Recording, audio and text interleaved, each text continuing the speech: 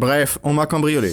C'était lundi, je marchais dans la rue en regardant par terre. C'est pas que je suis timide, juste que j'avais perdu les clés de mon appartement. C'était la 3e fois cette semaine. En général, je perds assez souvent des trucs. J'ai perdu mon téléphone une fois. Ensuite, j'ai perdu mon portefeuille. Puis j'ai perdu connaissance. Bref, j'ai vite retrouvé mes clés. Comme je l'imaginais, elles étaient à l'endroit le plus en vue. Dans la forêt, sous une couche de feuilles, à 40 km de chez moi. C'était une bonne chose de les avoir retrouvées. Parce que sinon, j'aurais perdu mon sang-froid. Je suis rentré à la maison. Ça ne pouvait plus continuer comme ça. Je devais faire quelque chose. Peut-être coudre une poche avec mes clés à chaque fois, ou faire 7 milliards de copies et les distribuer à tout le monde, ou bien installer une porte avec empreinte digitale. Non, comme je perds tout le temps, je risque aussi de perdre mes empreintes. Voilà, je vais juste mettre une étiquette sur la clé avec l'adresse de l'appartement, et si quelqu'un les trouve, il les renverra à l'adresse indiquée. J'ai acheté une étiquette, j'ai imprimé mon adresse sur une feuille de papier avec les heures où je ne suis pas à la maison. J'ai installé l'étiquette avec la clé. J'ai décidé de vérifier si mon plan fonctionnait. J'ai perdu intentionnellement mes clés dans la rue et je suis rentré chez moi. Une demi-heure plus tard, quelqu'un me les avait rapportées. Parfait, plus besoin de m'inquiéter pour ça. Le lendemain, je suis parti en voyage d'affaires. Oui, enfin, pas vraiment. Je me suis juste assis sur un banc et j'ai regardé le monde qui m'entoure. Quelques heures plus tard, je suis rentré chez moi. Au moment de rentrer chez moi, j'ai découvert que premièrement, les clés n'étaient pas dans ma poche. Deuxièmement, la porte de l'appartement était entrouverte. Et troisièmement, l'homme qui venait de sortir de l'ascenseur en bas tenait exactement la même télévision que moi. C'est à ce moment que toutes les pièces du puzzle se sont assemblées dans ma tête. Elles étaient un peu de travers, mais j'ai réussi. J'ai ouvert la porte, j'ai couru dans ma chambre et j'ai découvert que mon canapé et les coussins, la commode avec la télévision, le micro-ondes avec les ondes, la table et un tas d'autres petites choses avaient été volées. J'ai couru dans une deuxième pièce. Il n'y avait plus d'ordinateur, pas de chaise d'ordinateur et pas de table de chevet. J'ai couru jusqu'à la 3e pièce. Oh non! Ils avaient volé la pièce! Puis je me suis souvenu que je n'avais que 2 pièces dans mon appartement. J'étais encore plus triste. J'ai accroché ma veste à un cintre. Je suis reparti dans la première pièce et je me suis assis sur le canapé. Enfin, sur le sol. Comment tout cela est arrivé? Tout ce que j'ai fait, c'est mettre une adresse sur ma clé avec les heures où je suis absent. Et le prix de l'acte le plus stupide de l'année revient à Romain. Félicitations.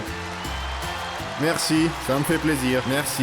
Merde, quoi faire maintenant? Je devais reprendre mes esprits et boire une tasse de café. On m'avait volé toute ma vaisselle. J'ai versé le reste du café dans la paume de ma main. J'ai versé de l'eau chaude du robinet. J'ai commencé à boire, lécher, j'ai bu à la paille. Je me suis lavé les mains. Je devais appeler Cyril pour m'aider à tout régler. Mais Cyril s'est foutu de ma gueule pendant une demi-heure. Nous avons bu les restes de café. J'ai commencé à chercher comment récupérer mes affaires. Il a suggéré que nous sortions pour essayer de trouver les voleurs en suivant la chaleur. Oui, parce qu'ils avaient aussi volé mon radiateur. J'ai dit que je ne pouvais pas quitter la maison maintenant parce que je n'avais pas de clé et rien pour fermer la porte. Et maintenant, ils peuvent même enlever tout ce qu'il y a de vissé dessus. J'ai appelé la police. Les policiers se sont foutus de ma gueule pendant une demi-heure. Ils m'ont dit de faire une liste des objets volés et qu'un officier de police du quartier viendrait le soir pour faire un rapport. Cyril a apporté une feuille de papier et un stylo. Je lui ai dit ce que j'avais perdu pour qu'il le note. On m'a volé 2 lacets de chaussures, 2 semelles, 2 embouts et 2 languettes. Cyril a demandé. Ils t'ont volé des chaussures? Oui. Il a demandé d'être encore plus précis. Nous avons écrit absolument tout ce qui me manquait. Et aussi 2-3 trucs que je voulais m'acheter depuis longtemps. Comment il pouvait vérifier? Un agent du quartier est arrivé. Il a pris mes empreintes digitales, celles de Cyril et les siennes. Un peu bizarre lui. Il a rédigé un rapport, pris une pile de papier et est parti au commissariat de police. Super, j'espère pouvoir récupérer toutes mes affaires dans les 15 minutes qui viennent. Cyril a dit que ça ne marchait pas comme ça, car ça pouvait prendre au moins 20 minutes. Ça faisait 30 minutes et 30 autres minutes. J'ai décidé d'appeler la police pour voir comment se déroulait l'enquête. Mais je ne pouvais pas trouver mon téléphone. J'ai demandé à Cyril son téléphone. Il ne le trouvait pas non plus. En plus des téléphones, il manquait mon portefeuille, la litière du chat et une dent de Cyril. On a frappé à la porte. Nous avons ouvert. Il y avait un autre officier de police qui se tenait là. Il a dit qu'il était là pour récupérer les papiers et rédiger un rapport. Mais qui est venu avant? Nous lui avons expliqué tout ce qui venait de se passer. Et l'officier de police s'est foutu de notre gueule pendant une demi-heure.